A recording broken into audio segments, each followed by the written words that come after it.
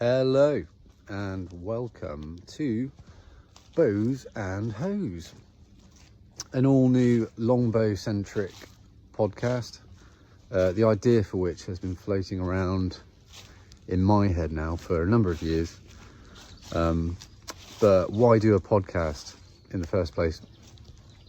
Well, doing what I do for a living as a bow maker for over 10 years now has led me to meet a lot of people in the fraternity, other craftsmen, archers, historians. I've met a lot of people doing living history, many of whom I've gotten to know really well over the years, and a lot of whom I now consider friends.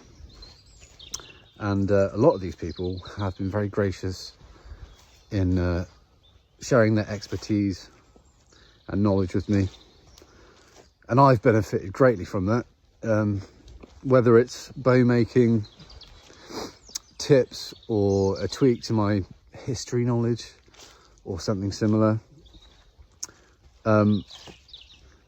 So I thought it would be a great thing to share with everybody else and other people who are interested in the subject of historical archery. So here we are. So we've got quite a few guests lined up for the next few months. The first one today of our pilot episode is a great friend of mine that I've known 5 or 6 years now, Dr. Ed Fox, who is an archer, an historian and an author, and he's a real aficionado in Tudor archery. So that's the main topic today of our discussion. So I hope you enjoy our conversation. I learnt a lot during our 2 hours talking, and I hope you do too. So without further ado, Dr. Ed Fox. Thanks, guys. Best of luck. You've been really hard to pin down anyway for this. Yes, so thank you for agreeing to do it. We got there in the end. I'm sure it'll be a pleasure for me, if not you. Great. Well, we are going. So for people who don't know you, Ed, I would say you're a Renaissance man if I ever met one. So I would say, well, first and foremost for me, you're an archer, you're a historian, you do consultancy work, if that's the right term. You're an author, a living history aficionado, and you're a teacher, and you do all sorts of crafts as well in your spare time. Is there anything I missed out? Well, I'd say I'm a musician as well, but in present company, that's a bit of a poor boast. Oh, well, thank you very much. But, yeah, I've seen you from time to time on old videos on YouTube or something, but yeah. Well, I don't know about you, but it sort of went by the wayside when living history and archery sort of took over my life. For me, it was COVID, because I'd really sort of struggled to keep my hand in, and then I joined a Morris dance side, which is where I met my partner Holly, and it was just brilliant going out every week and playing some music, and yes, it was there was a repertoire of maybe 15 tunes, and then we'd go to the pub afterwards and have a bit of a jam, and then of course COVID came and knocked that on the head for a year, and I kind of went back to it, and just recently I've started picking up instruments again. Similar. Kind of prompted by the move a bit, because the current house, or the old house, is quite crowded. So all of my instruments had to live in cases. Exactly the same thing. Now we're here. There's room. I mean, to my left, there's my guitar's there, and I can just get to it now. So it just happens a lot more often now. Yeah, we've got a nice open space under the stairs at the new place, so I'm going to put at least some instruments just out on a stand under the stairs, so that, like you say, you can just go along, pick it up, play for 3 minutes, put it down again. Yeah. Just enjoy it. So we met pre-COVID. We did. You came to a shoot we were having it at the old place at the farm. So that's when we first met each other. So that was that'll be 5 or 6 years ago now. 2017, 2018. I think it might have been 2019. Yeah, I think it was. Yeah, it was the September after me and Rhiannon got married. So Okay. that's when we met. And you can remember what year that was. That's good. Yeah, well, your birthday bash was on the December. Yes, it was. The same year. Yeah. So that was the second time we shot together. Yeah. And that was good. So what came first for you, Ed? Was it the history or the archery? And what was your... How did your archery journey start? So the first question, I think, probably I can't really say which came first, because I've loved both since I was very young.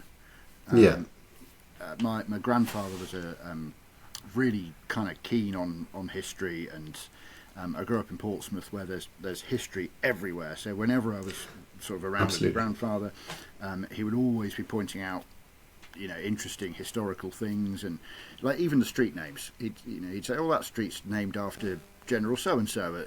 Did this at the Battle of whatever." And of course, I was always, loved bows and arrows as a kid. And I think really my archery journey probably started there as a kid with a plastic bow, or moving on to my first longbow, which was a bit of bent hazel that I'd cut down in the woods, and a garden stake for an arrow, and I went through all those stages, and I think I had my first sort of proper bow probably when I was about 12, I think, and I loved shooting, and then in my late teens, early 20s, I got into a bit of medieval reenactment and started sort of actually taking it a bit more seriously. And then I kind of dropped it for about 10 years. I just put the bow in a cupboard and just stopped shooting for a while. So did that take you up to your 30s, somewhere around there? Yeah, probably in my kind of early to mid 30s. Did a bit more shooting and thought, no, I used to really love this. Why don't I do it anymore? And just started doing it more and kind of really got back into it. And then I think as my kind of as my historical side matured, I've developed a real thing where when I'm studying people in the past, I want to know as much as I can about them, not just sort of in terms of details, but in terms of the kind of the breadth of people's lives. So, I'm really interested in medieval battles, but the people who fought in those medieval battles mostly were farmers. So I'm also interested in medieval farming because that's the whole kind of picture of those people's lives, if you see what I mean. I can imagine it was a huge part of most everybody. I mean, farming's the sort of the obvious one, but all these other things. And I also think that if you want to understand people, which is what we try to do with history, it is just the study of people who are long dead, but that's what it is. The more you can do what they do, the better. So I think I'm a real sort of proponent of not just kind of reading about historical activities, but also where possible doing them. Obviously we can't go and invade France anymore, which is a bit of a pity in some ways, but it also means the Scots don't invade us, so that's good. So I can't ever be have the full medieval archery experience, because I'm never going to go and do that, but it helps me to understand more about medieval archers if I'm trying to do it in a more medieval way. If that makes sense. But I just want to segue a moment, but because once we get onto the archery, I think we're just going to go down a hole that will be very hard to get out of. So before we start get into that a bit more, I'd like to talk about your Tudor Living History. Is that the right label? Living History? Yep. Happy with that? Your group, the Commotion Times. So could you tell us a bit about that, please? So I've always loved Tudor history ever since I was very small. I don't know why, just something kind of drew me to it. Growing up in Portsmouth, Mary Rose was a big part of that. I went on a school trip to it, I think the first year the museum opened, and I think we went every year after that. So I've always been interested in Tudors, and I've also always been really interested in where I live, the specific place that I live in. Where do you live, Ed? For those that don't know, at the precise moment, I live in a little village called Shebbear in North Devon. Yeah. But don't bother stalking me because I'm moving in the next 2 weeks to a neighbouring village in North Devon. But for so we're both Devonians then. I mean, I was born and raised here, but you grew up in Portsmouth and then you moved over. Yeah, although west, did you? My family has this really odd thing that for the past 4 or 5 generations at least, we've moved. Every generation we move between Hampshire and Devon and Cornwall. So, my kids were born in Devon. I was born in Hampshire. My dad was born in Devon. His mum was born in Hampshire. Okay. My dad was born in Cornwall. Yeah. And actually, what's really cool is my mum's really into family history, and she's been doing lots and lots of research and found some really cool things. Yeah. Have you done? Sorry, Ed, I keep butting in, but have you done one of those genealogy tests yet?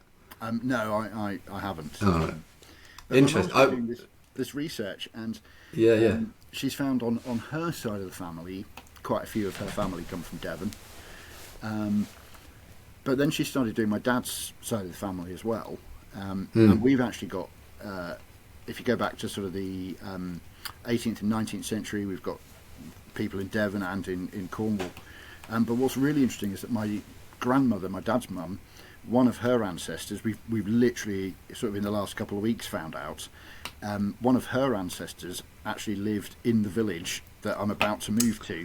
Wow. When I move. So, wow. That's quite really quite a close thing. Yeah, I had a similar, not with me, but when I was living at the old place in Milton Abbot, you probably know the tiny little hamlet of Kelly. Yeah. Yeah. So I had a chat. I won't name him because we're on online, but he was an American living in Sweden, I believe. So he ordered a bow from me, and we were like back and forth for months. And he found out that in Kelly, in the graveyard, was one of his ancestors. So he was having a bow made by a guy who was like a stone's throw. Yeah, almost. From his, great grandfather or something. Cool. It's just weird. He just sort of twigged my memory there with that. Yeah, kind of tiny. But, I can't remember how we got onto this. We both live in. You were talking about the Commotion Times being a Devon. Yes. So let's get back. Let's get back to that. Yeah, that's cool. So yeah, I've moved around a few places, and a few years ago I moved to Oakhampton, in the middle of Devon, northern edge of Dartmoor, and my house there was like right next to the castle, and so I was reading about Oakhampton history, and I came across a reference to the 1549 prayer book or Western Rebellion, which I was kind of vaguely aware of, but didn't know a great deal about. And I came across this reference that after the final battle at Stamford Courtenay, the rebels fled back into Cornwall, but they made their last stand at Oakhampton.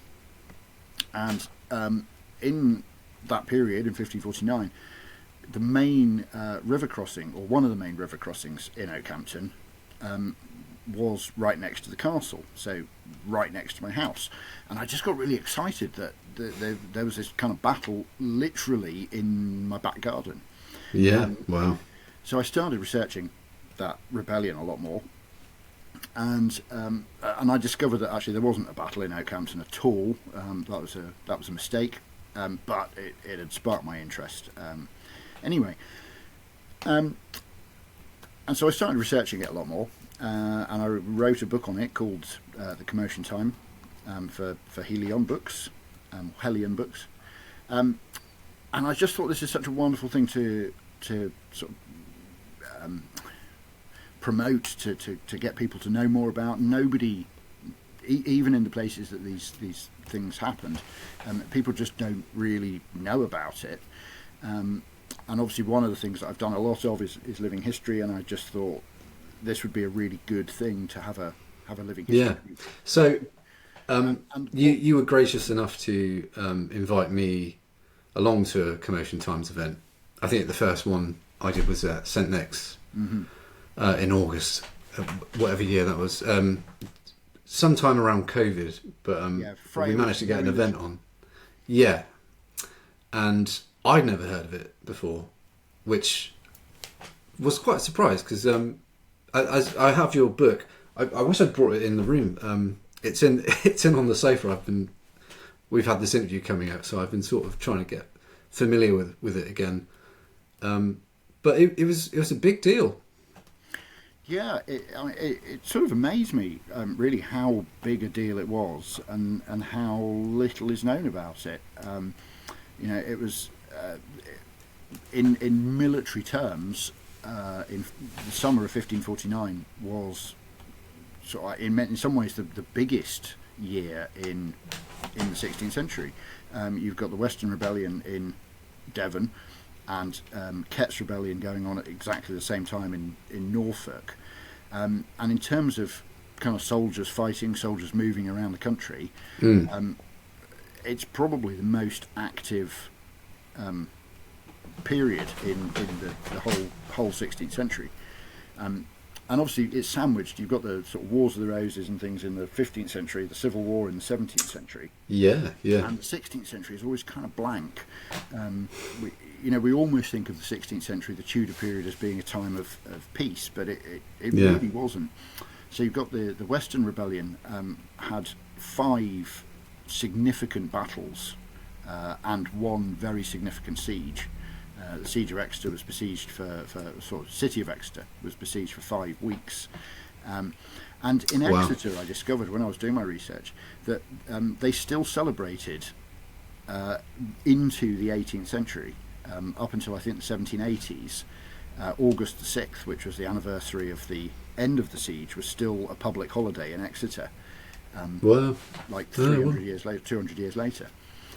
So it was this massive event, and it became the name Commotion Times comes from a description of the event. That was nowadays we call it the Prayer Book Rebellion, or the Western Rebellion, or the Western Uprising, or something like that. Could you, sorry Ed, could you, for those who don't know, what started the war? Just a little, if you can surmise it, it's a little package for us, because I know it's kind of a bit complicated, but it is complicated. Like most things, there are multiple reasons. So it's often called the Prayer Book Rebellion because the final catalyst of the rebellion was the introduction of the English language into church services with the Act of Uniformity. Previously, church services had always been in Latin. And in 1549, the law changed, and they had to be in English. And a lot of people didn't like that. Lots of religiously conservative people, and the fringes of the country, so the far north and the far west, tended to be quite religiously conservative. And there were lots of other issues with it, with the Book of Common Prayer as well. But like I say, it was the catalyst. It came at the end of a whole string of other abuses, or perceived abuses, that people in the West Country had suffered. The other really big event that happened in 1549 was the introduction of a new sheep tax, and I really think that we've missed an opportunity calling it the Prayer Book Rebellion and not the Sheep Tax Rebellion. okay. But a new tax was introduced on sheep, which actually was designed to help the small farmers, and to heavily tax kind of the big landowners. And across the rest of the country, it was a great idea, but because of the way the tax was calculated and a different pattern of farming that we had in Devon at the time, what was intended to help the small farmers actually hit the small farmers in Devon very, very hard. Yeah. So that was another. Devon back then, I suppose, is very similar to what it is now. It's largely for grazing animals, really. The farmland. We don't grow a lot of crops around here, so not a lot. And the specific problem with the tax was that basically the more sheep you had, the more tax you paid, and Yeah, if that's they going were to sting.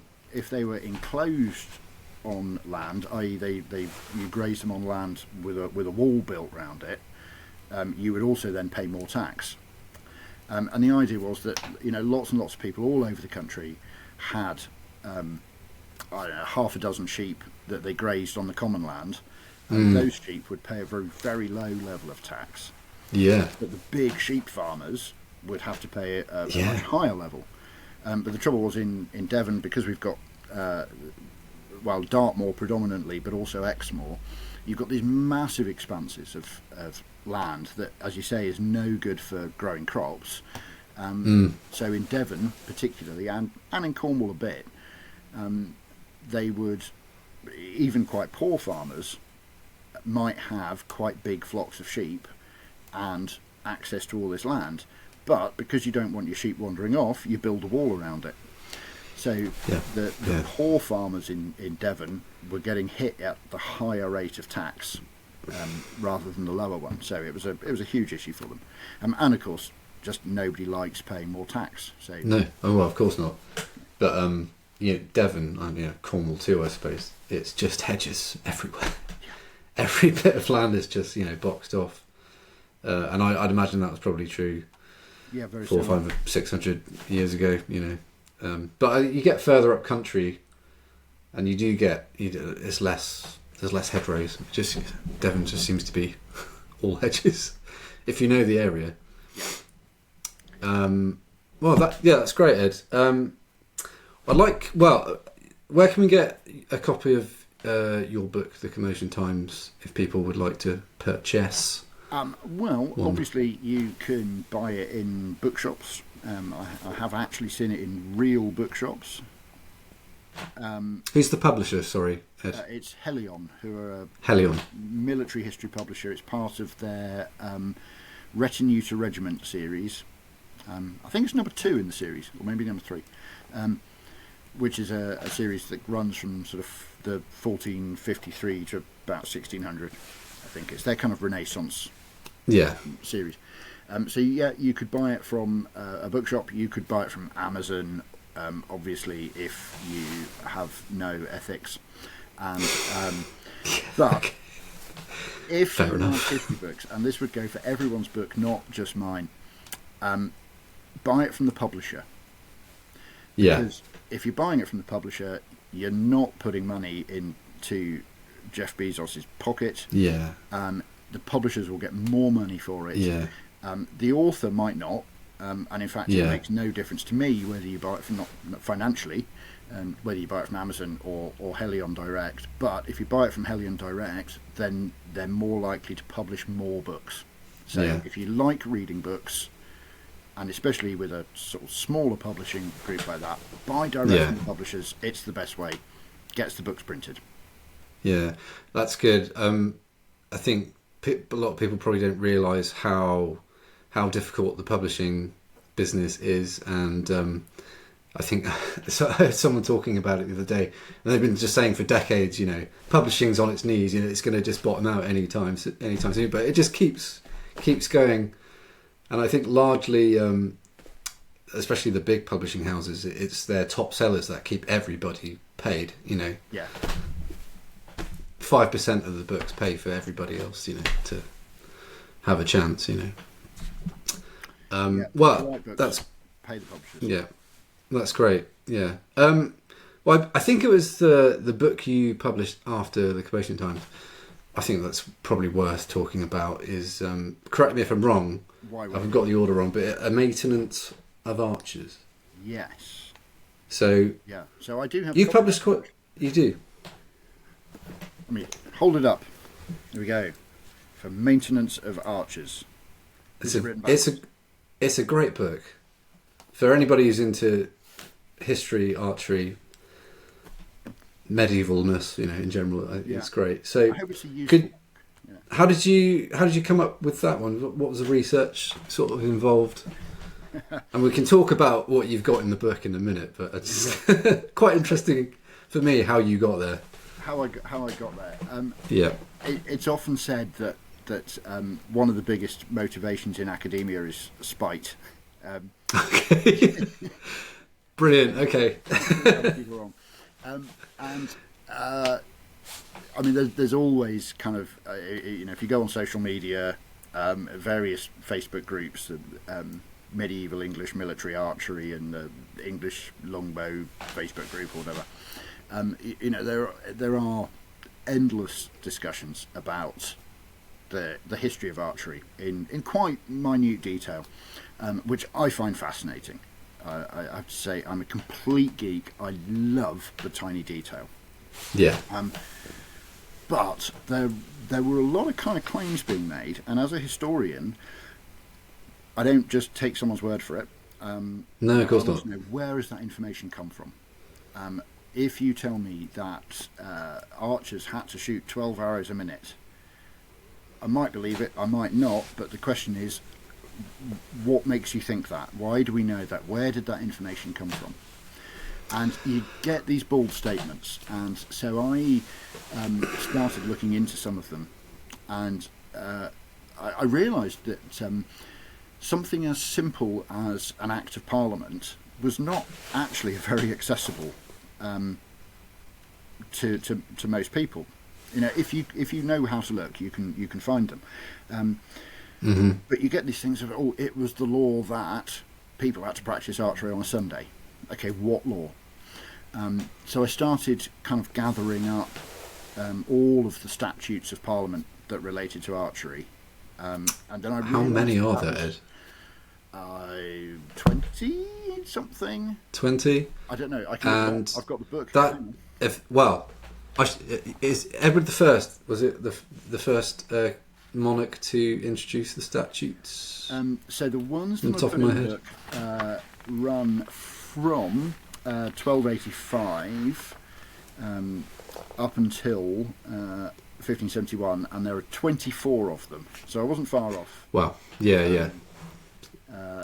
When I said that. I just wanted to put them all together, and then having sort of pulled them all out and looked at them, I realised that there were quite a few misconceptions that were being sort of put out as fact. So I kind of wrote the book in part to correct some of those misconceptions. Yeah. Well, I guess from your point of view, if you're perusing through social media, you have people. No, I'm not having to go at anybody at all, but you have people who are giving out information as if they're a historian like yourself, when they haven't done the research. Like, this is what this book it is. It's the fruits of your work and your research into the facts essentially. So yeah, I think being a historian is actually a really kind of weird trade. I can imagine. There are other trades like it, but if you're ill, you go to a doctor. If your pipes burst, you call in a plumber. We respect, if your car breaks down, you go to a mechanic. We respect expertise in some aspects, but actually, being a historian is one of those things where lots of people read history books and have good historical knowledge. You can be a history buff, a history enthusiast, and what have you.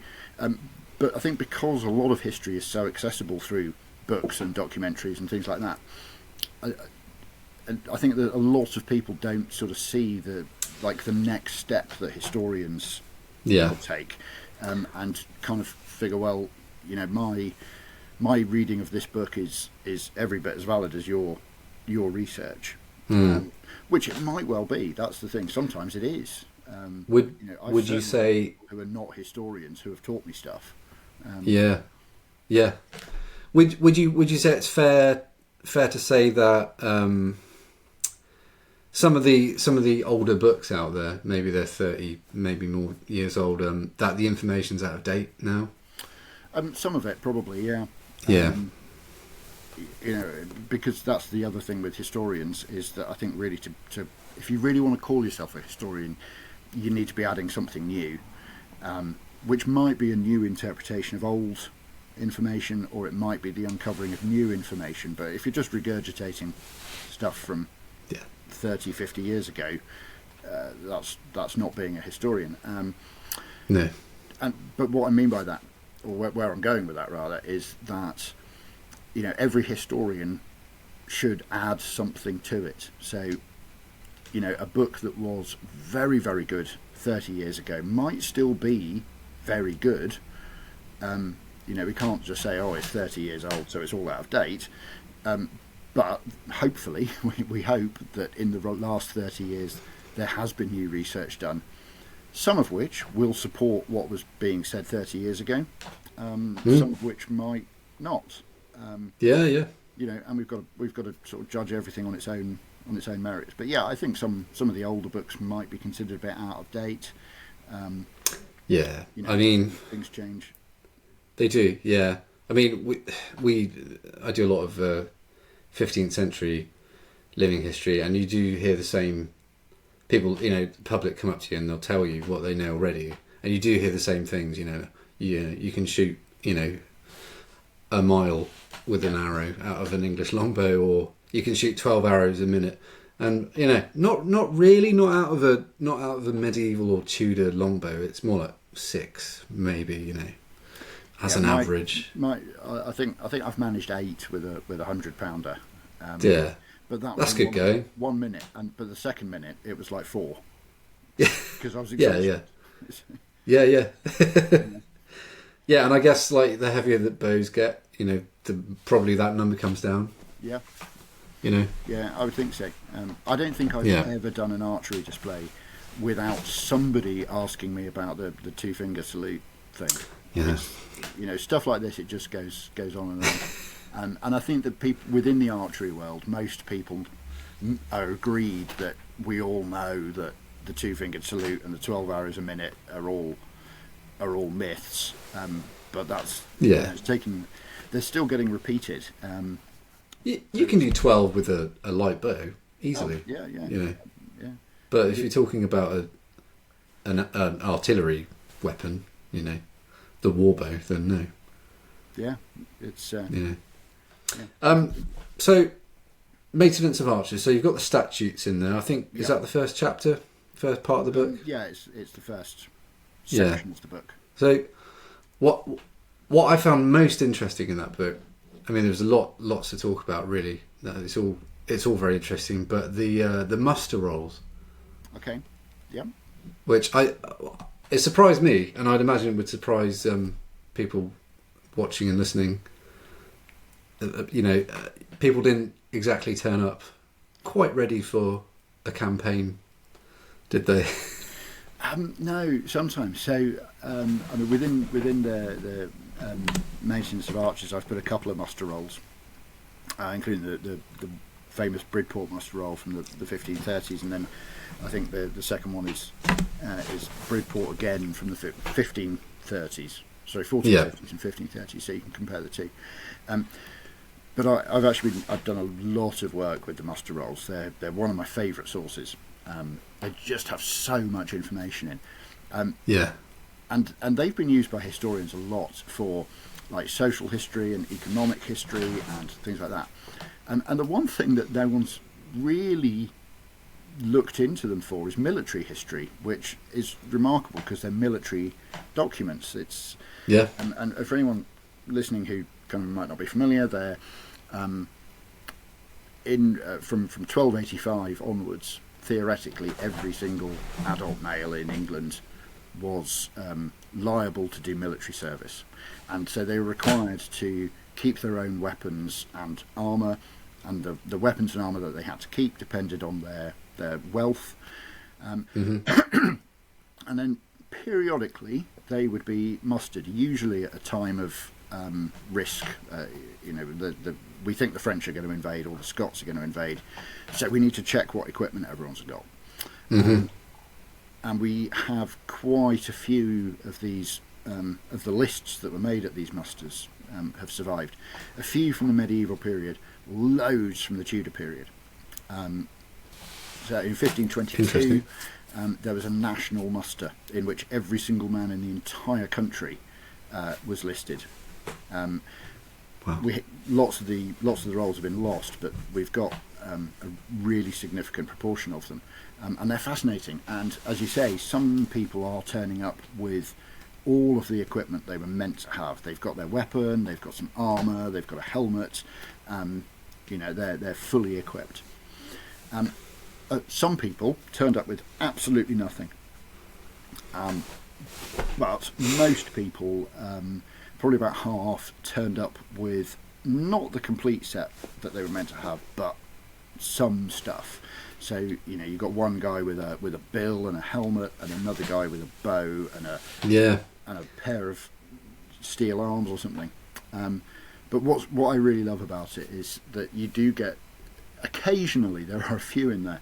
I can think of a couple in the Cornwall musters. Yeah. Where you've got people turning up with arrows but no bow. So, I mean, is it fair comment to say that perhaps people weren't adhering to the statutes of archery?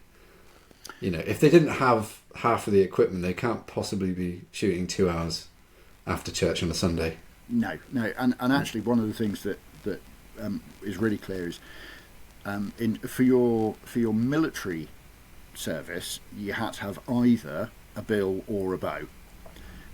But for your archery thing, a separate statute, every man was meant to have a bow. And actually, the muster rolls reveal that not everybody had a bow. In fact, well under half of the people had a bow. So the local sheriff probably wasn't doing his job, was he? Yeah, no, not very much. Periodically, people did get fined.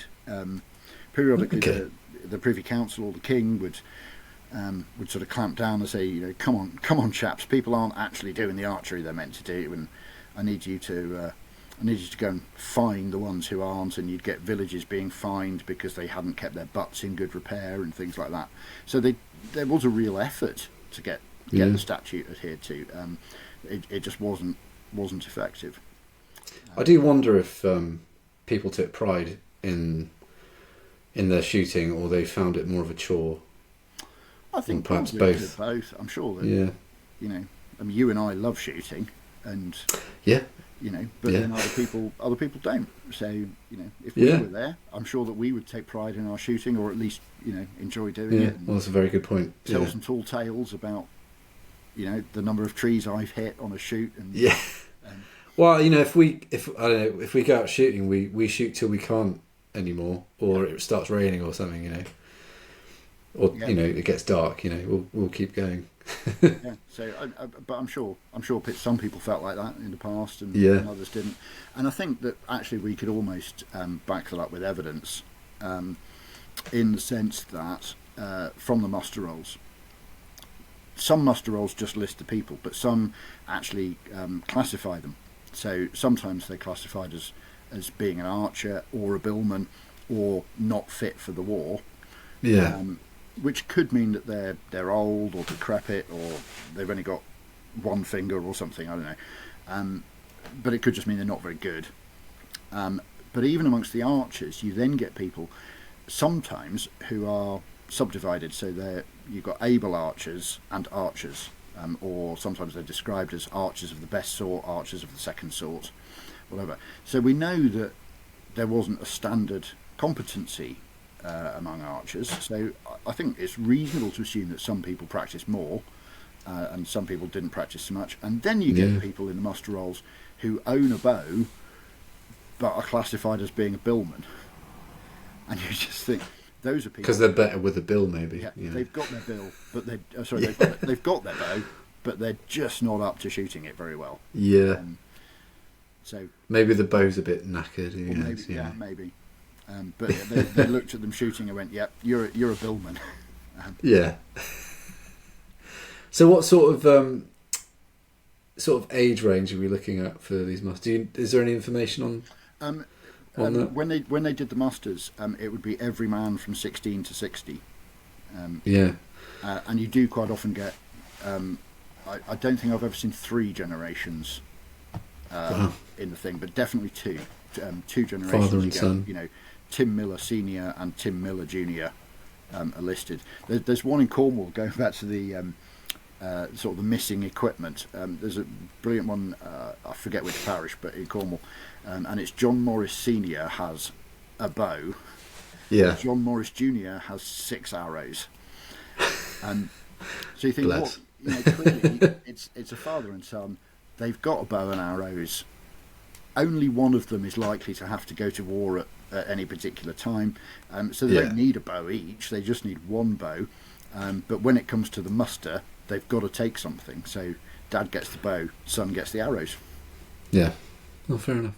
I mean, you can pick out one of the parishes and just read off for us the list of one of the smaller ones, maybe. Just out of interest. I'll see. Because not everybody will get the book, I'd imagine. Well, they should. But I recommend you do. What's the point of me coming on your podcast if they're not all going to buy my book? I know. Yeah, this is a plug. Yeah. Bear with me. I'm flicking through. Sorry. I'm really sorry. I meant to bring the books of yours that I have, but my daughter got me distracted this evening, so No, I don't have them. That's what children are for. Yes. So, yeah. which one have I got here? This is the Bridport muster roll from 1453, I think. 1450. Okay. So one of the Bridport muster roll is interesting because it not only lists their name and the equipment that they've got, but it also lists what equipment it says ordered to provide. So yeah, you haven't got this. When we do the next muster, make sure you've got it. So you get people like William Peel, who's got a jack, sallet, sword, and dagger. And for the next, he's doing all right, isn't he? He's ordered to provide a sheaf of arrows. So why he's got sorry, Ed. I keep butting in. I'm sorry. A sheath is 24, right? Yeah. Yeah, usually 24. 24. That's quite a lot of coin. Yeah. Yeah. Yeah. It's about Arrows a are penny an expensive. arrow in various Tudor sources. Yeah. You quite often find 6 arrows valued at 6 pence or something like that. So 24 is 24 pence. You're talking about an average daily wage for a labourer of 4 pence a day. So you're talking 6 days' wages for a full quiver of arrows. Which well, if you think about what you would pay for handmade arrows, is I don't know, it's probably about right. I was just working that out myself because also in your book I believe there's something about the price of bows as well. Yeah, that's in. And it's basically the same for inflation now. Yeah, it's interesting. Yeah. So do you want to hear some more of these? Yes, please. Yeah, sorry. Do carry on. John Tye, who has a jack, sallet, sword, dagger, glaive, bow, and 2 sheaves of arrows. So he's obviously kind of doing all right for himself. And then further down you've got John Dolling, who just has a bow and a sheaf of arrows. So various things. William Gillsmith, bow, sheaf of arrows, sword, mail shirt, sallet. Not required to provide anything else. One person whose name unfortunately is damaged has a whole white harness, which suggests a substantial amount of plate armour. Exactly what they mean by whole harness, I wouldn't like to say, but he's got a lot of plate armour. It's covering his body and his arms and his head and quite probably his legs as well. So he's got a whole white harness, 2 jacks, thick padded armour, 2 sallets in addition to his harness, 2 bows, 2 sheaves of arrows, and 2 daggers. And very kindly, the authorities didn't think that he had to provide anything else apart from that. That's interesting. That's a fairly generous one from remembering some of the other hamlets and whatnot. Yeah, I mean some of them it just says nil. Yeah, yeah. It's interesting. So, is that the same publisher? Sorry, Ed. No. Maintenance of Archers is one I actually published this one myself. Oh, brilliant! Because I think it's probably a little bit too niche for a mainstream publisher. So one of the reasons publishing's dying, I think, is because of the wonderful, wonderful thing of print on demand. Having spoken earlier in support of publishers, I'm now going to stab them in the back. Stab them in the back and say how brilliant print on demand is. In the old days, if you wanted to self-publish a book, you would have to pay out of your own pocket to get 5,000 copies printed, and it was one of those things that was a real kind of vanity project. The kind of publishers who did that were known as vanity presses, because it basically meant you can't get your book published anywhere else, so you pay for it to be published yourself. But with the digital age, print on demand publishing is now becoming a really big thing. And what that means is that you don't need to have a print run, because what you do is you create the book, you upload it as a digital file, someone comes along, they click, oh, that looks good, I'll buy that, and one copy is printed to be sent to them. And that, I mean, it's still kind of, there is an element of the vanity press about it still, I think. There's a lot of print on demand novels about vampires. But it also means that really niche stuff can be published. So I think that the Maintenance of Archers is a collection of primary source documents relating to archery from the medieval and Tudor period. Although a couple of hundred people might be interested in that, a couple of hundred people isn't actually very many. So that book would never have been published by a mainstream publisher. No. Whereas print on demand means that you can just take a chance. You think, well, maybe 3 people are going to buy this book, but I still want to write it anyway. Yeah, it doesn't matter. Well, it's a passion project for yourself. Passion publisher, that'd be a better word. Yeah. So you've got the statutes and the muster rolls. So what else have you got in the book? There's various things. So there's a few excerpts from bigger written works. One of the documents that I put in there, for example, is the description of Welsh archers from Gerald of Wales, because that's often used to sort of talk about the Welsh longbow. Yes. And again, that was one of those things that, the Welsh had the longbow first because Gerald of Wales talks about it. But actually, Gerald of Wales talks about bows, but in his description, it's very clear they're not longbows. Talks about them being short and knotty, I think. Okay. So I just thought that's a really important one to put in. There's a whole series of accounts from Lord Howard, where he's equipping soldiers.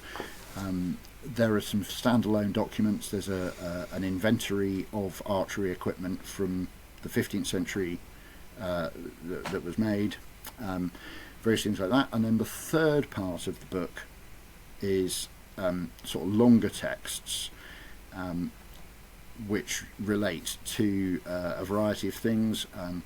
So there are 3 16th century texts in there about archery, and it's the battle between bows and guns, and the authors taking sides in this.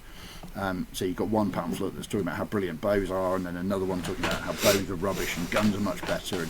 And they're really interesting because even as an archery enthusiast, it's still interesting to learn about what people thought the flaws or the weaknesses with archery were, because that still helps you to understand the history of archery.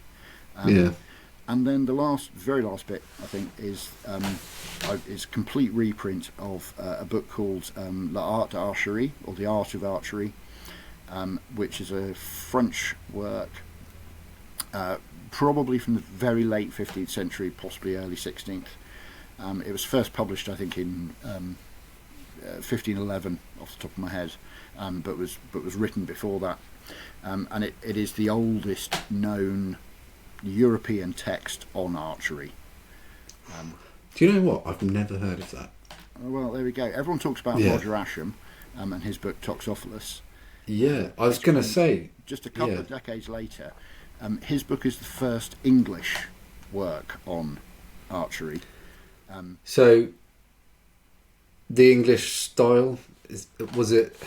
Was there any comparison between the two, or were they different? And the art of archery is quite interesting in there because it's not an English source, and yet sort of a lot of the stuff that's in there just ties in very well with what we do know from English sources like Ashram. So although it's a popular trope and probably true that the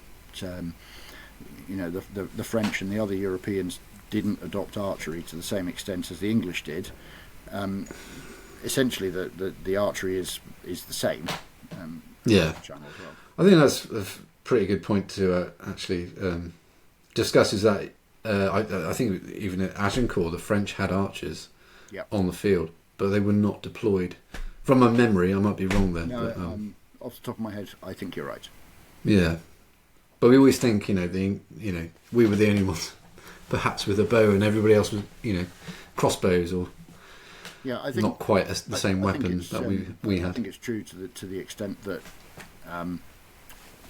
we had lots of bows and a few crossbows, whereas the French had lots of crossbows and a few bows. They were predominantly crossbow, but they had bows. We had crossbows.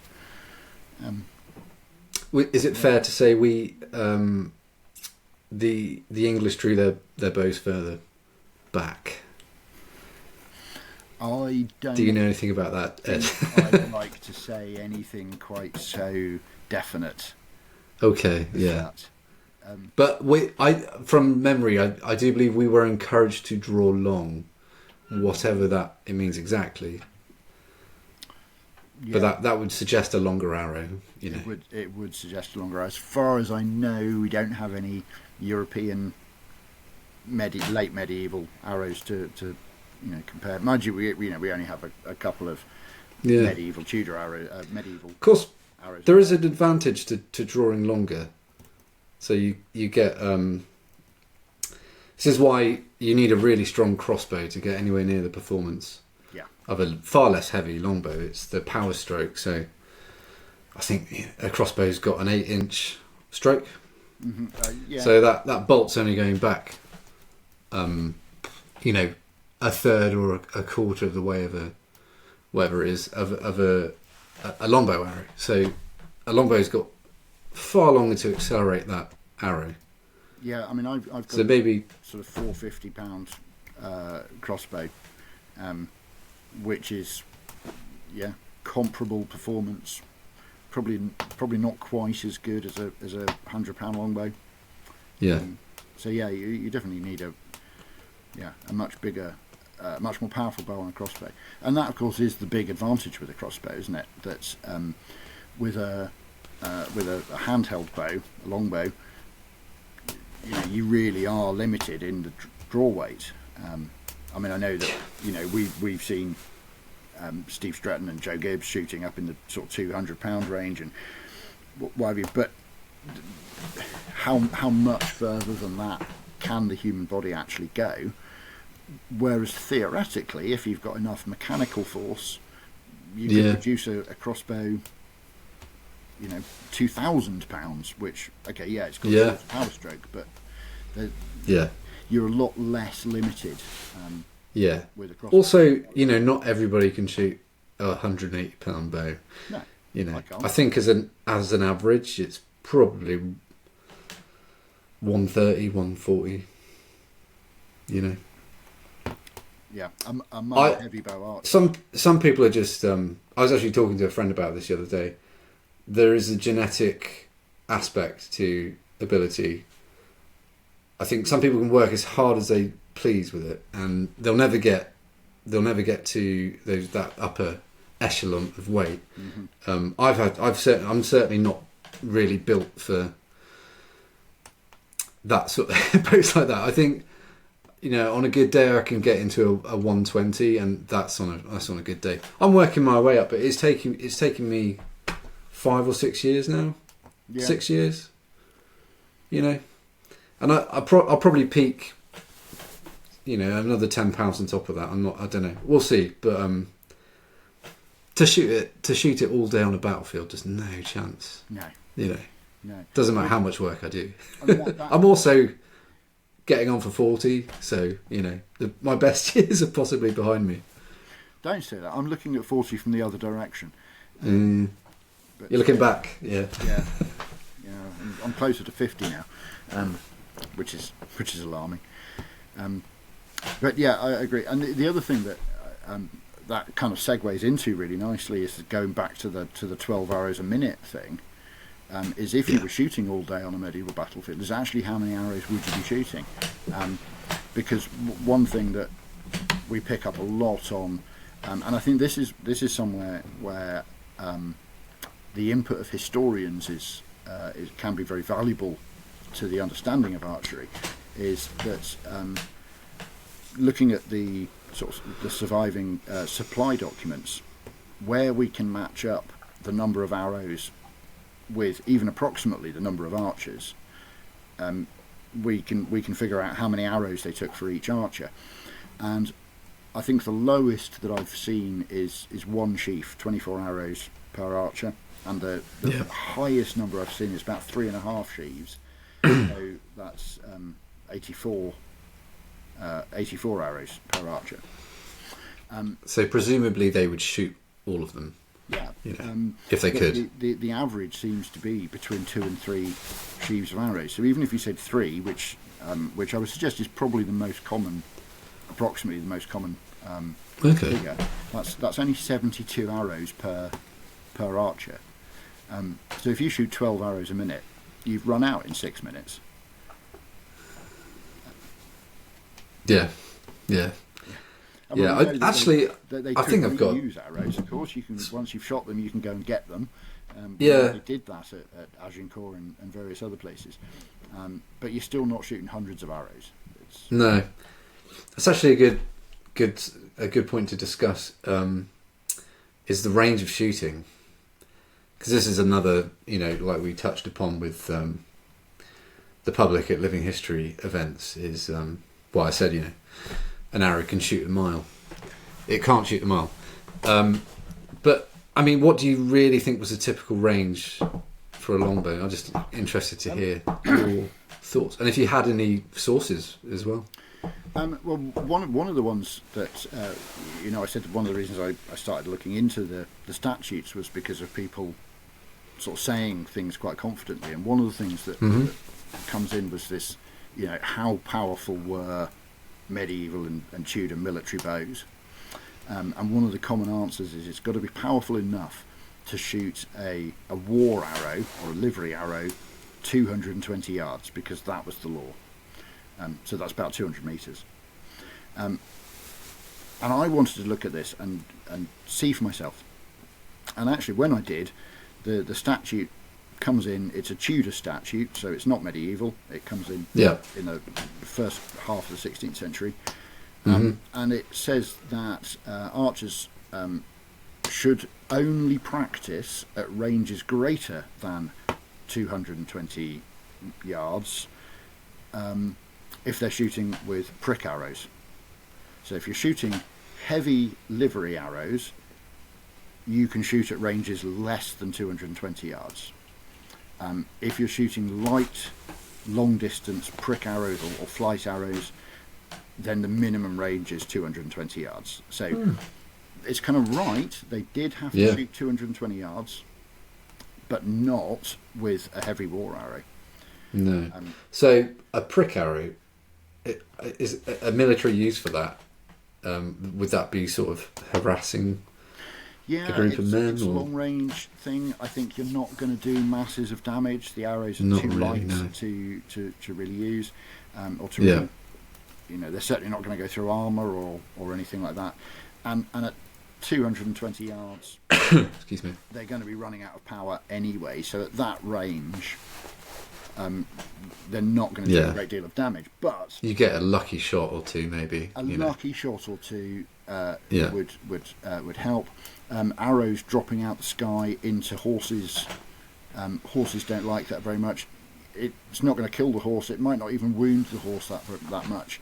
But anyone who's been around horses knows just how unpredictable and annoying they can be at times. And if you start poking them with an arrow, that's going to make life difficult for the man on the horse's back. And also, I think that there's a very strong morale element to it. That you're stood on one side of a battlefield and you're looking at your enemy way off in the distance, and you're feeling pretty safe. And all of a sudden, an arrow lands between your feet. It doesn't need to hurt you. You're going to think twice about, do I really want to go forward across this battlefield now? It's a message, isn't it? You're not safe. Yeah. I'm kind of the opinion that most arrows were shot, well, I call it flat shooting. Mm-hmm. So, I don't know, up to 70 yards or something. That's just off the top of my head. Yeah, I kind of think that's where you're getting the most energy out of the arrow. It hasn't quite lost a lot of its power. At that distance. So, Sir John Smythe, who was a great fan of the arrows, a late Tudor author. So he was writing in the late 1580s. He recommended that a sheaf of arrows should contain 8 prick arrows and 16 livery arrows. We don't know whether that was ever adopted. It might be that he was talking about common practice, previous common practice, or it might be he was talking about a new idea that he was suggesting. But it certainly gives us an idea that he's suggesting, some arrows you shoot at long range, most of them you keep for a closer range, not necessarily really close, but closer than 220 yards anyway. Yeah, might be a good segue. Just about, I'm stretching it really, but talking about equipment. Well, we obviously do have some surviving examples of arrows and bows. So the Mary Rose, which I'd imagine you're very familiar with. I've been once or twice.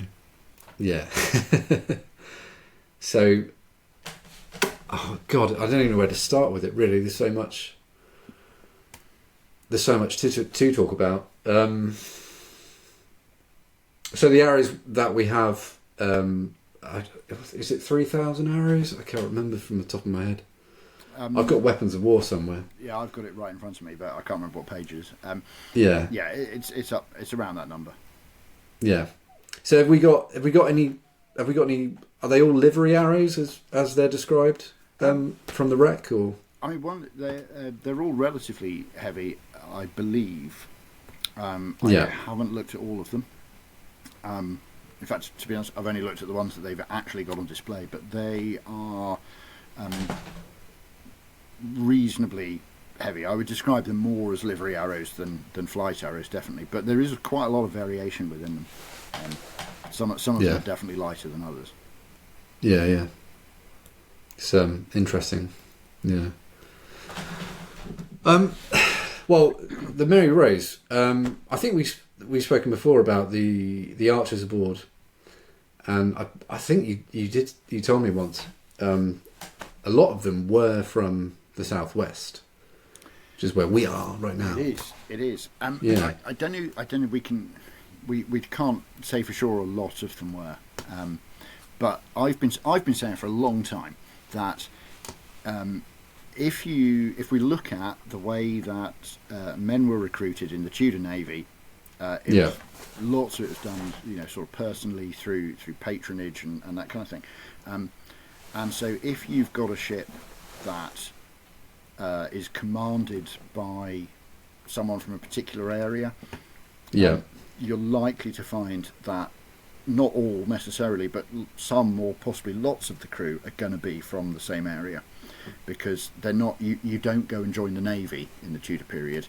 You go and join that ship in the period. Yeah. So officers, captains, etc., would often recruit from where they lived and then take the men with them to their ship.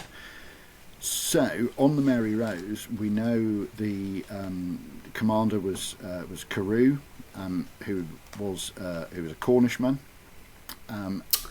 Wow. although he also had big estates in Devon. And then you've got Grenville, who was a Cornishman. That's a local name. Yeah. Yeah, Carew, Grenville, they're big names in the West Country. Yeah. Those are two of the only three people we know were aboard. But they were both officers. Carew was the vice admiral of the fleet, and Grenville is often described as being the captain of the Mary Rose. We don't actually know that he was the captain, but he probably was. And so with two West Country men as the two senior guys on the ship, you would expect, if you knew nothing else about the crew, you would expect a good proportion of them to be from the West Country. And I've been saying this for years, and I'm not trying to be big-headed about it. Just I know exactly what you're going to say, and it pleases me no end. And then a few years ago, the Mary Rose Trust did a really brilliant bit of analysis, or commissioned it, which was to take. They took, I think, 8 of the skeletons that they had on board, and they sent them off to have isotope analysis done on the teeth.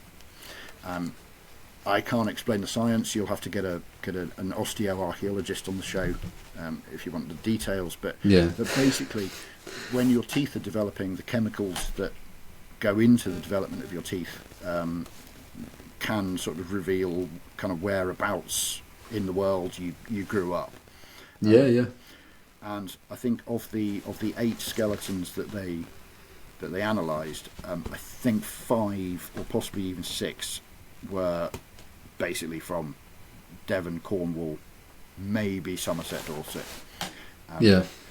Obviously, that's a very, very small sample, but it was a random sample. So, more than half of them were West Country men in that small sample. So we'd expect them to be, as you say, people from round here. Yeah. So the Mary Rose being Henry VIII's flagship warship, he would have the best archers that the country, I'm stretching it a bit. I am trying to state that, maybe the West Country archers might have had the better cream of the crop. Wow. Than the rest of the country. I don't know. Well, and actually there are some bits of evidence to suggest that that might have been true. Please tell.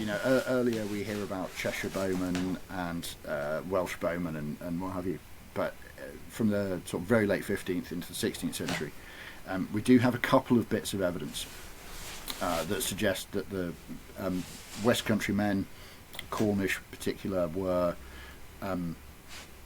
not necessarily, all of them brilliant archers, but that it did produce some really good archers. So in 1497 the Cornish rose in revolt. They marched up to London, and just outside of London on the south bank of the Thames they got their arses handed to them by the royal forces at the Battle of Blackheath. And there is an anecdote, and it's not unfortunately recorded at the time, it's recorded about 70 or 80 years later, so later in the 16th century, that says that one of Henry VII's archers, one of his yeomen of the guard, who was an archer, picked up a bow and couldn't draw it. So, we've got this Cornish archer who's gone all the way up to London and got killed, and one of the, presumably one of the cream of the crop has picked up his bow and gone, "Ooh, that's a bit pokey." Bit stout. And that anecdote, it's all those pasties, Ed. Yeah, that's what it is. Keeps a man strong. That's what it is. And then right at the other end of the century, there's a book called The Survey of Cornwall by Richard Carew, and it's basically a book all about Cornwall in sort of 1598, 1600 time. And he says in there that the Cornish were very proud of their archery. They shot longer bows, bigger bows than other people. They could shoot further than everyone else. There's definitely a bit of bravado in there.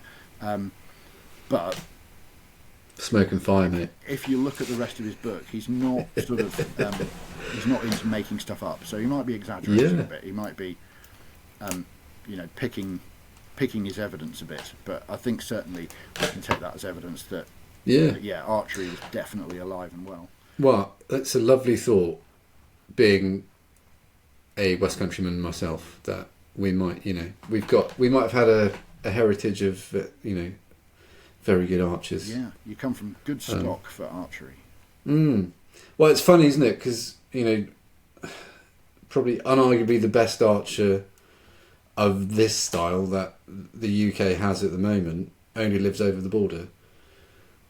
I don't need to name him; he knows who he is. But I think we all. He's a Dorset boy, so yeah. It's interesting. Yeah, although I've heard people from Dorset put fruit in their scones, so it's a bit. Do odd. they? Yeah, probably. Dirty buggers. Honestly, it's true. I've heard it. I've read it on the internet. So yeah, with Mary Rose, it's often said that it was Henry VIII's flagship. He would have had the elite archers on board. It's possible, but that doesn't really fit in with kind of what we know about how the Navy operated at that time. Yeah. But if the archers on board, or a significant proportion of the archers, were West Country men, then actually we have to consider the possibility that we've got some evidence that says these West Country men were not superhuman, but maybe just a cut above archers from other places. I mentioned those two things. There are a couple of other bits of evidence that suggest the same thing as well. I think we have to consider the possibility that perhaps the archers on the Mary Rose were a cut above the others. Yeah, that's interesting. Obviously, the Cheshire Bowmen were fairly renowned as well. Yeah. So, interesting. Ascham.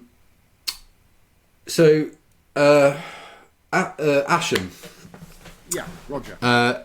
Yes. So he was part of Henry VIII's court. Am I right? Yeah, he was a tutor, I think, to the young Edward VI, or Prince Edward as he was then, and a very keen archer himself.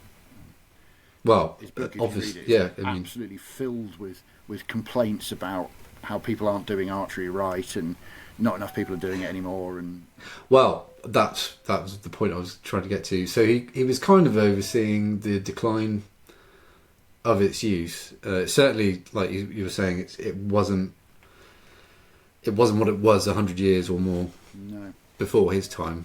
Certainly, it's kind of a real pity from a historical point of view, actually, that we do have lots of earlier sources that can help us understand medieval archery, but kind of our two really best sources for looking at historical archery in terms of kind of the depth and detail they go into is Ascham's book, which was written in 1544 and published in 1545, and the Mary Rose, which sank in 1545. One of the reasons that I'm particularly interested in Tudor archery rather than medieval archery, I find them both fascinating, but my real sort of specialist interest is Tudor archery. And one of the big reasons for that, as well as my general interest in Tudor, is that we just have so much more information. We really do. We don't have any. We might have some, but we don't have any undeniably medieval bows surviving. There are a couple of arrows. Whereas you go to Mary Rose, you've got 170 odd bows, 3,000 odd arrows, bracers. It's everything, isn't it? It's just that we, little bit, massive explosion of information in the mid 16th century, when archery was. I think there's a bit of a swan song for archery in the middle of the century. Henry VIII really pushed archery it was declining. I think he did sort of halt the decline a little bit, maybe give it a little bit of a last blast before it. For all his sins, it's a real pity. I think that that really our best, most detailed information about historical archery does come from its twilight years, which is a shame. At least we have it, though, I suppose. Absolutely. Yeah. And you know, if like me you're interested in Tudor archery, it's brilliant. Yeah. So when did we really see the end of its military use? Are we getting into the Elizabethan era, or is it post Elizabethan? Well, if we want a real swan song, so the bows continue to be an official part of the militia up until 1589. After the 1588 Armada scare, the Spanish Armada, there was a lot of reorganisation done to try and kind of modernise England's military response. So eventually they said, you know, no, actually bows are outdated. We've entered the age of the gun now. However, into the 17th century, we still see occasional people turning up with bows to musters, particularly in quite poor areas. And then, in the 1620s, Charles I, who was actually quite a keen archer, it's not something he's that famous for, but he was quite interested in archery, he reinstated the laws about owning bows and practicing archery and things like that. So in 1627, England got a bit embroiled in the 30 Years' War on the continent, and we sent an expedition to the Ile de Ré, which is off the coast of France, which was involved in the conflict. The siege of La Rochelle was being held by the Protestants, the good guys, being besieged by the French Catholics, the bad guys, and the Ile de Ré sits off the coast there and needed to be taken to protect the Protestants in La Rochelle. So England sent an expedition to the Ile de Ré. It was a complete failure. And they had to send another expedition again very quickly, which was also a bit of a failure. They had a few captures, but they were sent home. But what's interesting about that is that when the troops were being raised, indentures were sent out to the counties that said, you know, this county you've got to raise this many men. And originally they said it's got to be this many men who are musketeers and this many who are pikemen, whatever. But those indentures were rescinded, and new indentures were issued that said that out of every 50 men that were recruited in a county, 12 had to be archers. So they were looking for 24% archers in that expedition. We know they didn't get it because one of the reasons that I know about it is because we've got these letters from the county commissioners saying we actually don't have that many archers left in our county, so we can't fulfil that 24% requirement. But in the records that talk about the supplies that were sent on this expedition, there are arrows and bowstrings and things like that. And in the French sources, there are a couple of mentions of French soldiers being wounded with arrows. So we don't know how many archers went on that expedition, but there were definitely some. They definitely fought, and they definitely hurt some French people. Now that is the last occasion on which English archers fought on the continent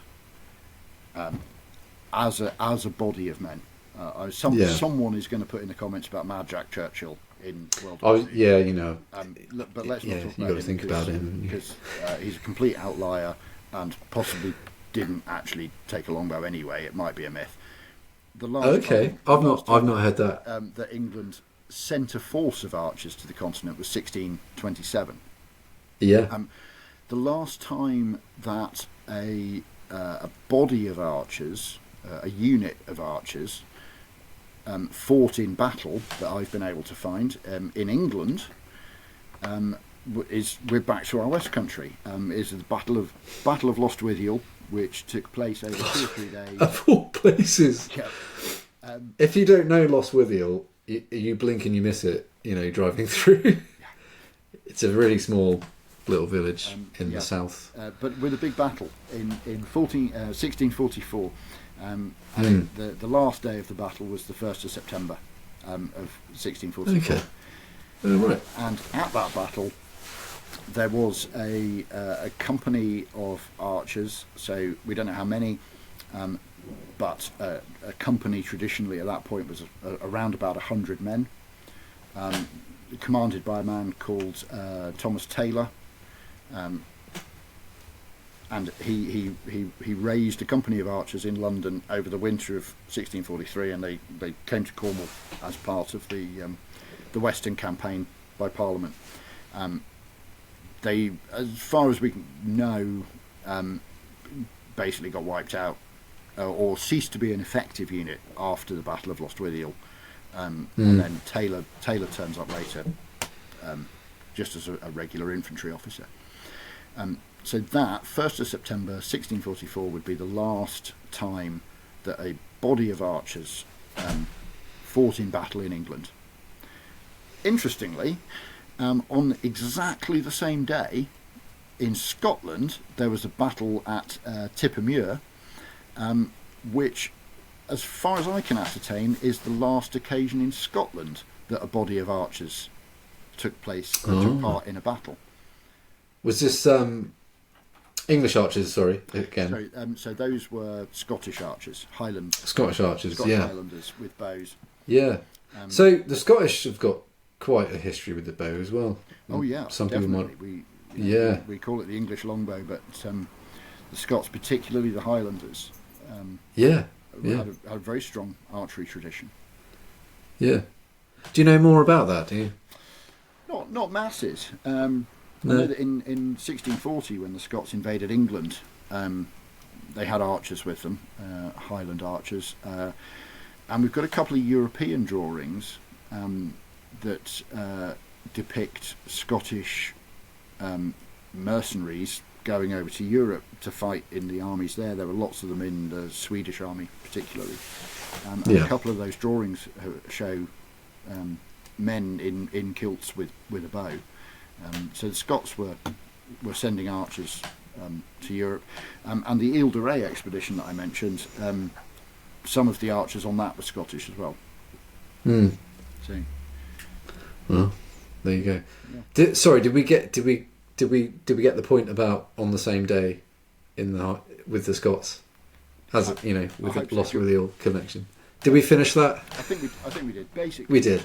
The last time bodies of archers fought in battle in England and Scotland, 2 separate battles, but actually on the same day, which was the 1st of September 1644.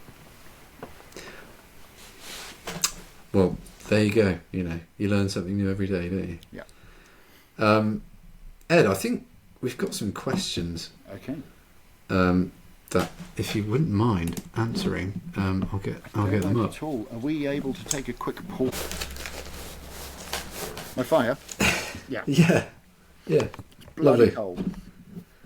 Oh, isn't it? So I'm sat next to the fire. I spent an hour at work trying to get mine to light today. It normally just goes, but whatever reason today, I stink of smoke still as well, which is lovely. Anyway, we'll get to the questions. There's a few. I'm not sure we'll get through all of them. Right, we might be touching on points we've already discussed. So, okay. So this is from Rory. He's actually got a few questions. I probably won't do all of them. Okay. So, do we have any evidence of how archers were formed up in battle, i.e., were they in lines or just a clump? Good question. Probably both. I would imagine. I mean, they're in bodies, they're in units. Whether they're neat rank and file, difficult to say. Certainly by the Tudor period, they probably were, because we've got some military manuals that describe it, and some images that show it of like a body of billmen or pikemen with archers on the wings, and they kind of look like they're formed up in ranks. Whether that's how they fought or not, difficult to tell. I mean, I would imagine the battlefield would dictate a large portion of that. I think probably it would. And as you don't want to be the one at the front if you've got another 4 ranks of guys behind you shooting at the back of your head, effectively. So even when you're armoured, no thanks. Yeah, that's something you've definitely got to take into account as well. Yeah. You couldn't have a strict file, a backwards-forwards line. No. The guy at the back wouldn't be able to see. It would be all right for shooting kind of long distance if you're shooting up in an arc. But the question was about evidence. Not a lot. No. Probably in the Tudor period, they certainly formed up in ranks and files. Yeah. Cool. Right, let me just scan through this a minute, mate. Okay, it's quite a long-winded one, but I'm sure we'll get the point. A variety of different shaped and sized arrows were found on the Mary Rose, i.e. barrelled, bobtailed and parallel shafts. Presumably these were used for specific tasks. Do we have any evidence to suggest that these different arrows were all mixed into a sheaf together as part of the mixed bag, or were they ordered and issued separately? We've kind of already touched on that. Yeah, I can add a couple of bits. There are some bundles of arrows still in their leather spacers, and they are not uniform. They're different lengths, they're different profiles, they're different spine, probably. They look like a different spine, and certainly within the arrow chests, where you've got like hundreds of arrows originally, some just dozens now, from the Mary Rose. Again, you've got a mix. So I don't think that there's any kind of selection going on. I think you and I both know when you make an arrow, you follow the wood a bit. Some arrows are better tapered, some are better straight. I think that's probably down to the fletcher rather than the archer. They're definitely, if you've got your own arrows, maybe they're kind of more selected. It's quite likely that they are, but with the military stuff, when it's getting issued, they're being bundled into bags. When you've shot your arrows, you just grab another bag, and the profiles will be different. What I find really interesting is that the lengths are different as well. They're not even making an effort to put arrows of a uniform length in. So I might get murdered in the comments, but I wonder if it was maybe to maintain like a standard spine, where they're keeping a part of the shaft thicker. It's probably wrong, but it's an interesting thought. I mean, I think I don't know, Ed. You could never really test it adequately. I don't think you could make replicas. I think we'd have to ask somebody who knew, like Will Sherman or somebody would probably know. Yeah, unless you had exactly the same grain as the original, even making a precise replica isn't going to answer that question, is it? Yeah. Anyway, but let's move on. I think they weren't too fussy, is the answer there. Cool. Okay, I'm sorry about this. This is about crossbows. So Paul asks, can you ask about crossbows and if they were used in any kind of formation? Like in the Zulu movie, the British using volley drills. I'm curious who came up with it, if it was in that time frame. Yeah. Do we know anything about crossbows and their use on the battlefield, essentially? Not a lot, no.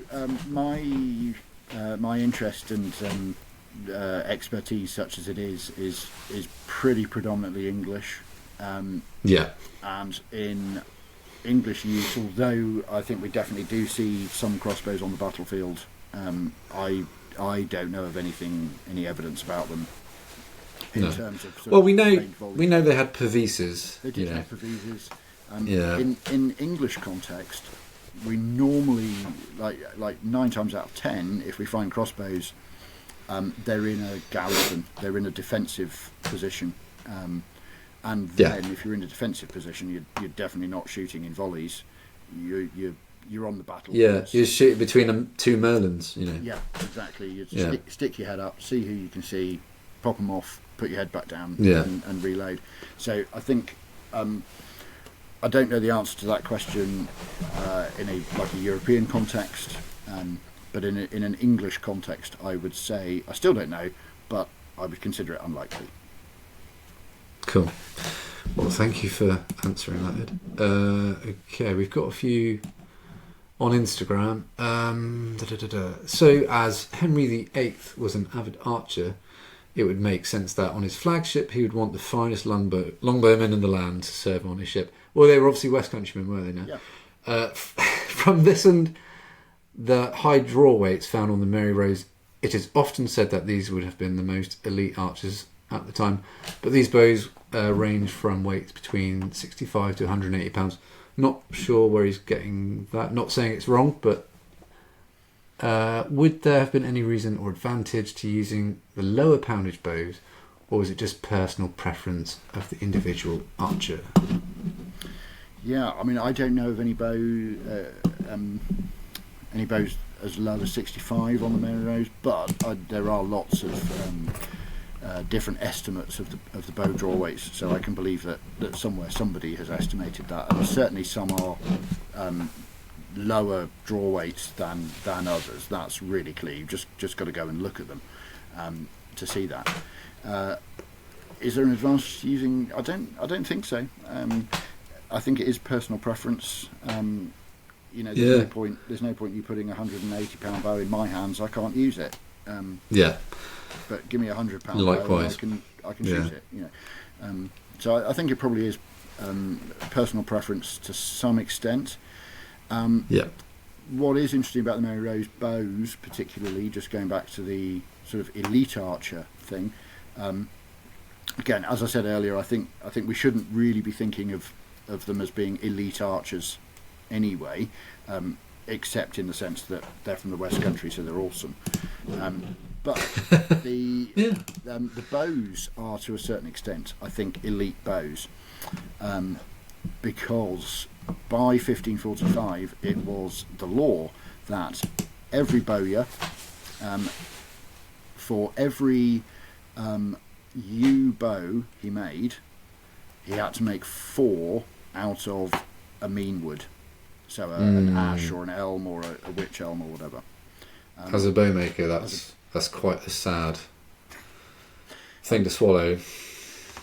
They changed the law, actually, because it was a sad thing for them to swallow then as well, because the idea was that you'd produce a ready supply of cheap bows, which, if you're Henry VIII and you want to encourage people to do the archery stuff that they're meant to be doing, you have to make it easy for them, and obviously one of the complaints potentially was the cost of bows.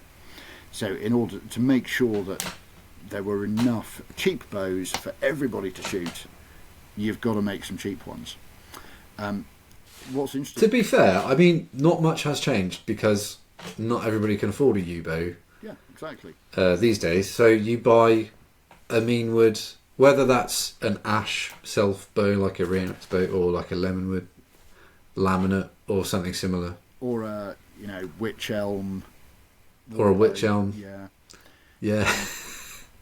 And actually they found that it was a problem for them, because bowyers in London particularly were finding that people in London didn't want to buy mean wood bows. So in the 1560s that law changed. If you were a bowyer outside of London, you still had to make your 4 mean wood bows for every yew. If you were a bowyer in London, you had to keep a stock of, I believe, 50 mean wood bows on a lot of work, constant basis. That's a lot. But that was considered less because than it had previously been, because basically they were saying that for every bow they sold, they had to make 5, because nobody was buying the meanwood bows, and they were getting hundreds of these meanwood bows sitting in their stock room. Not earning them any money. So because I guess if you're selling one, you're replacing it as soon as you can. So the law did change, but the point is that in 1545, in theory, only one bow in 5 should have been yew. Obviously, some bow users will have broken the law. That's inevitable. But most people obey the law most of the time, especially when their livelihood's at stake. So even if I find it really funny that you just said Londoners only wanted a yew. Like the London dandies only had yew bows, and everybody else had to just get by with an ash bow, a hazel or whatever. Oh, that's brilliant. Even if they didn't get the not much has changed. Sort of 80% meanwood bows, you'd still get a lot of meanwood bows. And yet, all of the bows on the Merry Rose, with one possible exception, were yew. So the archers may not have been specially selected, but the bows definitely were. Was it? I think I heard that they changed the bows they had on the ship. They were originally wych elm, but there was a complaint made, and they got switched out for yew. Yeah, I think it's a few years earlier that happened. Right. A few years before it sank. But yeah, there is a supply document that talks about wych elm being supplied to the. I think it's wych elm being supplied to Mary Rose, and then later on we find out that they're all yew. But that definitely means that they're not kind of typical of the bows that were in everyday use elsewhere in the country. They are definitely selected bows. Yeah, I think in your book you were saying, going back to I think you had a price list of various bows like meanwood, and there was imported yew. Yeah, and they were the most expensive bows that you could buy. I'm presuming that would be Italian and possibly Spanish at that time. Yeah, definitely Spanish and Italian. Alpine, I think, would probably be a better word, because they're also coming in from kind of Austria and what will become Germany later, the small German states and things. Right, Switzerland, France. Yeah. So I think Mediterranean and Alpine. Interesting. The Italian stuff that I've been working with for a decade now. I believe we will be seeing the last of it now. So the supplier I was getting it from was he would get a ticket every year to cut a certain weight of wood, and he's not allowed to get it anymore.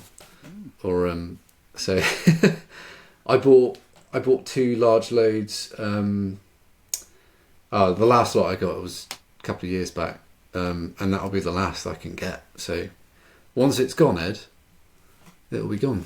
Okay, I've got a project. Which is a bit sad. I'll put one aside for You've got a project? Yeah. Okay. Does it involve getting a van and a chainsaw and hopping on the ferry? That's not what I had in mind, but I've got. Okay. Well, that's a shame. Yeah, it'd be a bit loud, I suppose. Maybe we could just take an axe. Is this to cut down the trees or to cut down the doors to the warehouse where the last of them are? The last of the staves? Yeah. Do tell. Do you know something I don't? No, or no. you... I was just, presumably you've got the last load you can get. Oh, right, yeah. Sorry. The warehouse there still. Shh, over my head. We can yeah. Oh, God. I'm trying to think. I might have got 50 staves left. So, which I'm trying to not use them all. Next bow, it's the same stuff. I do get you from Canada and America, so I do intersperse it. It depends on the bow really, or if someone's specifically asking for Italian or whatever. But yeah, I'm going to be pretty upset, I think, when it's all gone. Yeah. Unless something changes. Maybe someone watching this will move out to Italy and start cutting wood down, and he'll make a bomb. I don't know. Well, I am looking for a new career path. Yeah. Yeah. Well, the guy I was getting it from, he's retired now. He was a bow maker. Okay. You might be able to work out who it is. Yeah, I know. Yeah. And it might be a bit of both that he's retired and I'm not sure. Because he doesn't speak great English. But and I don't speak Italian at all. Yeah, pizza polo. Yeah, I'm not. We won't be getting any more from there. So, yeah. Okay. I don't know how we got onto this now. I'm lost. We were talking about prices of bows. Okay. Train of thought's gone now. Yeah. So just on prices of bows, in the Elizabethan statute about keeping your 50 meanwood bows, there are prices listed in there, and it actually divides the imported yew into three classes. It's of the best sort, of the second sort, and then of the crude sort. And a third class foreign yew bow is the same price in the statute as an English yew bow. So that gives us interesting. an idea of, to the Elizabethan mind, English yew could be as good as imported yew, but only as good as the really bad imported stuff. It's interesting the variation you get with the Alpine stuff, because I've obviously worked with, we're just saying, Italian yew, and it does. It's really obvious when you put it next to a piece of Pacific yew. It's more apparent in sapwood. The sapwood of the Italian stuff is like plasticky. Mm-hmm. It's got it's a suppleness to it. That's the best way to sort of describe it. Whereas the stuff from the Pacific yew is it's more stringy, more fibrous. Okay, that's how I describe it. And it is like a completely different material, essentially. And I'll go on a limb and say I do think the Italian stuff, yes, it's not as clean. It's certainly not as pretty as the Pacific yew, but it's really robust. Like, I've got a lot more faith in it when I'm making a bow. It's going to make it. That's just my experience, we have to form our opinions on this. My favourite bow, you know it well, so I've shot it at your place many times, is an Italian yew bow, and it's from that supplier that we haven't named. Yeah. Yes. And it's knotty as all hell. The back of the bow is like a big print braille, but you know what? It's a beautiful bow. It's shot brilliantly. I've used it for years. It wasn't new when I got it. The previous owner had it, I think, for some time. It's been retillered in the course of its life. It's a lovely, lovely bow. It's beautiful. It's covered in knots. It's not even anything. It's still lovely though. Yeah. It just, for me, that's it. Yeah. Especially when they age down a bit and they darken up. It's just. Yeah, it's a beautiful bow. Despite its warts. And amazingly, it's still shooting with. It's still got that longitudinal crack in it, isn't it? Yeah. Yeah, all the way down the belly. Yeah, and it still shoots. Still shoots, and the string follow now. Basically, it doesn't really unbend at all when you take the string. It still shoots smooth and far. Yeah. Well, it doesn't know anybody anything. No, not at all. I keep feeling I really ought to retire it. Because it's such a nice bow. That's a David Pym. It is, yeah. One. He did the retiller. So it was originally tillered by your Italian supplier.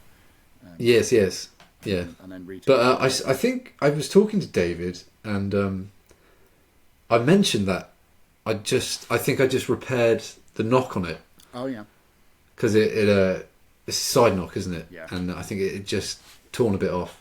So I made the groove a bit deeper or whatever I did. And I was talking to David anyway, and I said, I've literally just finished repairing one of your bows, obviously nothing really wrong with it. And he's like, oh, he was really surprised somebody had one of his bows. Because he doesn't make many of them, and he pretty much, I think he sort of said he can remember where every one he's made is. And I think I mentioned your name, because I think obviously it's been sold on. Yeah. So you're lucky to have it, I am. I'm very lucky to have it. And, I mean, if you're talking to him again, it came to me with the name Chelsea. I don't know. Okay. I don't know if that came from him or from someone else. Yeah. Well, David, if you're watching, then hopefully you know which one we're talking about. I'm sure he might see this at some point. And if not, get in touch. Send him some pictures and you can figure out which one it is. How is your shooting going at the moment? Not as much as I'd like. No? But, I'll have to come down and do some more with you. I've taken my new bow out a few times. My lovely, lovely witch elm. Which is really lovely to shoot. It is a very different beast to any of the yew bows that I've got. I don't think I shot it. So, is it all right? Yeah, it works. Yeah, it works. It's a bow. Yeah, it's. Feels different, I'd imagine. It does feel different to explain sort of how it feels different, but it really aren't they? Yeah, they all feel different. I mean, that's very true. That's very true, isn't it? I've got two yew bows, and they are very different beasts. Yeah, well, that's part of the attraction. Yeah, laminates are lovely. I do like them, but they can be a bit samey, for lack of a better word. Yeah, I've got one laminate that you made, and I kind of feel that's all the laminates I need. I've got a laminate. But I've got. Well, you'll have to get another Italian U-bow off of somebody who's got a good supply before it's all gone. I might do that. Yeah. Do you know anyone? No. No, sorry. Yeah, I was actually trying to make a point just now about even the Alpine stuff. So the Italian yew and the Swiss yew is almost completely different again. Okay. And you'd think it'd be really similar, but I've never worked the Swiss stuff, but I've seen it and held it and spoken with the owner who's made a few Swiss yew bows, and it's different. It's more like the Pacific yew. It's like lighter. It's not as dense. Mm-hmm. So you do get these little like gene pools, obviously genetic variation within the species is like located to wherever it's growing. So yeah, which you'd expect. All Alpine yew isn't the same. Yeah, different growing conditions as well, I guess. Absolutely, yeah. It's interesting though. Well, Ed, we're doing a shoot on March 23rd, so you should come. Okay, come along. I'll check the calendar, but yeah. I won't say where exactly, but it's near Exeter. Okay. All right. I'll send you to the details. I live near Exeter. That's good. Yeah, that's not too bad. It's your side of it as well, so even better. Well, it's been great. I've had a blast. Thank you very much. Yeah. I think we should do this again. Okay. I'm more than happy. Brilliant. Maybe not next week. Talk to someone else next week. Yeah. I'm going to try and do it like maybe once a month or every 6 weeks or so. But life's pretty hectic. I've got a few guys lined up. I've got some ideas for possibly you and somebody else in mind for a conversation at a later date. That's fine. Is it Doug Hutchinson? No. No, it's just it's a mutual friend. Okay. But Ed, your books. I was going to ask how many have you got in print at the moment? Because I know you've written quite a few. God. Well, in total, I think currently in print is 13. 13. Wow. Most of those are on pirate-related subjects. But I've got you're quite the pirate expert. Well, yeah, that's where my doctorate was, and to be honest, as soon as I'd done my doctorate, I just never wanted to do pirate stuff again. But fair enough. When you've got a doctorate in pirate history, people don't let it go. And no. But the last few years, I've been really enjoying moving more away from that and into stuff. So there's the maintenance of archers that we've talked about, which is a collection of primary sources, and there's another collection of primary sources that I published actually before maintenance of archers, smaller collection, but it's military archery in the 17th century. So it's talking about the Ile de Ré expedition and the Civil War battles that we talked about earlier, and some of the primary sources that relate to that period. And then my book on the Commotion time as well, which is nice Tudor, and it's got lots of archery in it and lots of stuff about. I was going to say, actually, there is. It's at the start of the book, I believe. The archery, most of it. The archery information. There's a chapter on arms and armour and tactics and things like that. So So if anybody would like to get in touch with you or look at what you do, is there anywhere they can go? I'm on Instagram. I'm the real Dr. Fox. I'm very easy to find on Facebook. Go to Facebook, find an archery related group, look for an argument that's going on about the 50 thing, and you'll probably find me there being a git to other people. Yeah. I try not to be, but it just happens. I'm really and I'm always really interested in meeting and chatting with new people who are interested in the same stuff that we're interested in. Yeah.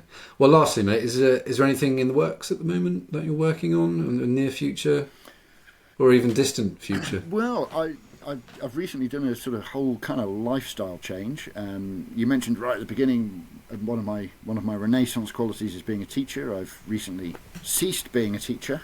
I'm still really keen on education, but I'm moving into a much less kind of mainstream education thing. So I'm going to be. I've got a few sort of projects in that line. I want to do a series of videos on things that interest me, and I've definitely got one in mind for you and one of your dwindling stocks of use staves. Okay, yeah. That's piqued my interest. And then in terms of kind of historical research, I'm looking into a couple of things. Firstly, I'm doing a lot of work with the muster rolls that we talked about, trying to really kind of pin down what was going on in the Tudor militia. But my big research project that I'm really excited about, and in another 3 or 4 years you may see a book on, is the military campaigns of Henry VII. Henry VII. Henry VII. Nobody talks about them. Again, he's seen as this really peaceful king, and the second half of his reign was very peaceful. But the first half of his reign, you've got some serious military stuff going on there. So forgive my ignorance. I really should know, but this is Henry Tudor. Yeah, Henry Tudor. Yeah. So he starts his reign with a battle at Bosworth. Yes. And then for the next 12 years, I think he's got 6 other military campaigns on quite a large scale. Ooh.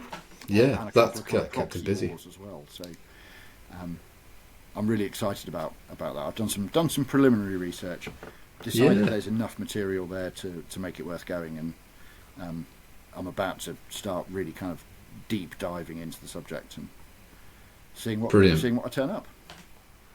Brilliant. You got any lastly? I know you've done a bit of TV work. If there's any more of that, we could look forward to seeing you on Netflix or something similar.